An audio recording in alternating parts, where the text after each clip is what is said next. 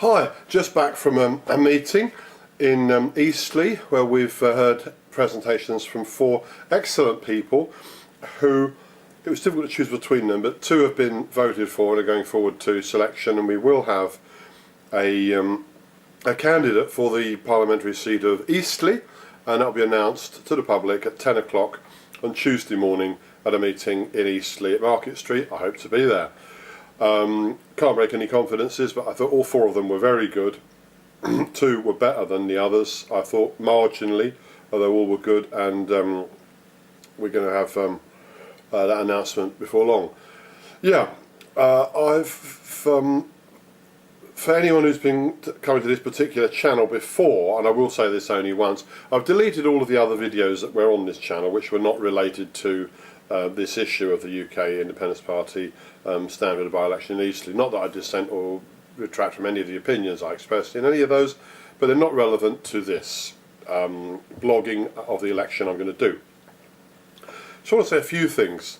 There was a good turnout and a lot of questions were asked of the four candidates, and they all answered them, I think, very well. Interestingly, immigration policy was one of the last things that was asked about.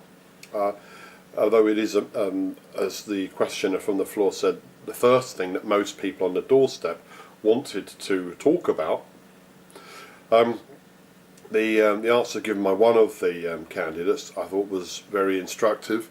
He said that one of the great achievements of UKIP, as we've grown over the last 18 years, I've not been a member all that time, has been that, well, it was 10 years ago, if you said, oh, I've got a problem with mass immigration, you'd immediately be denounced as a racist and told to sit down and shut up.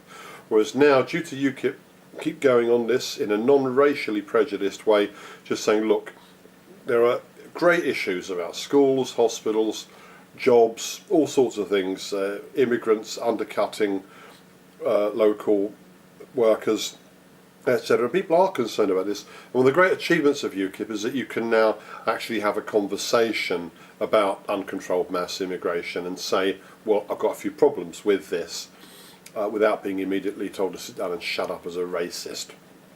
But lots of other stuff was discussed, and I'll say a bit more about that later.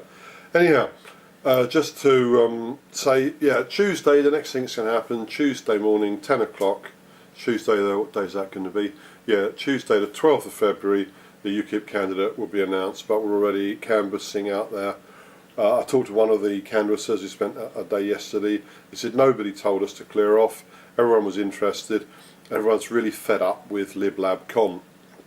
Another point that somebody made was that a vote for UKIP in this election was the only vote that could actually make history, could actually really send a signal, really make something different. Because if you vote for Conservative or Liberal Democrat, then you'll get more of the same kind of misgovernment we've been having over the last 2 years or so. And if you vote Labour, you're voting for the bunch of innumerate communists that ran up the biggest debt this country has ever known, that sold off our gold reserves, that ran down our armed forces, that brought in mass immigration to the extent that many of our cities are no longer recognisable, and that all the money they spent, including selling off our gold reserves and running up this massive debt, it was all just to buy to fund a client state that will go on voting Labour whatever happens.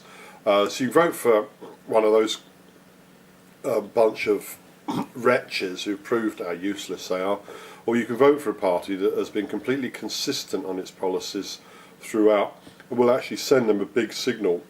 And one of the benefits of having one UKIP member in Parliament, and this is something the people of Eastleigh could do it, just as the people of Brighton chose to put one Green member of party in Parliament, which changed the whole game.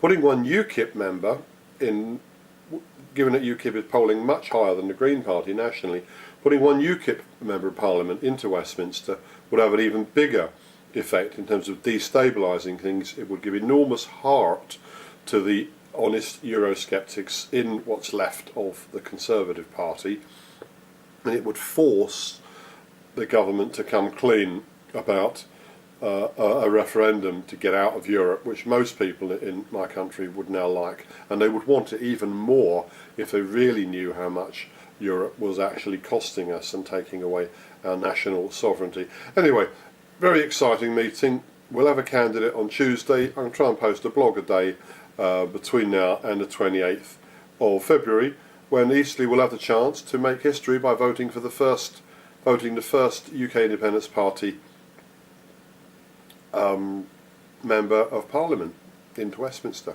It could happen, and why shouldn't it?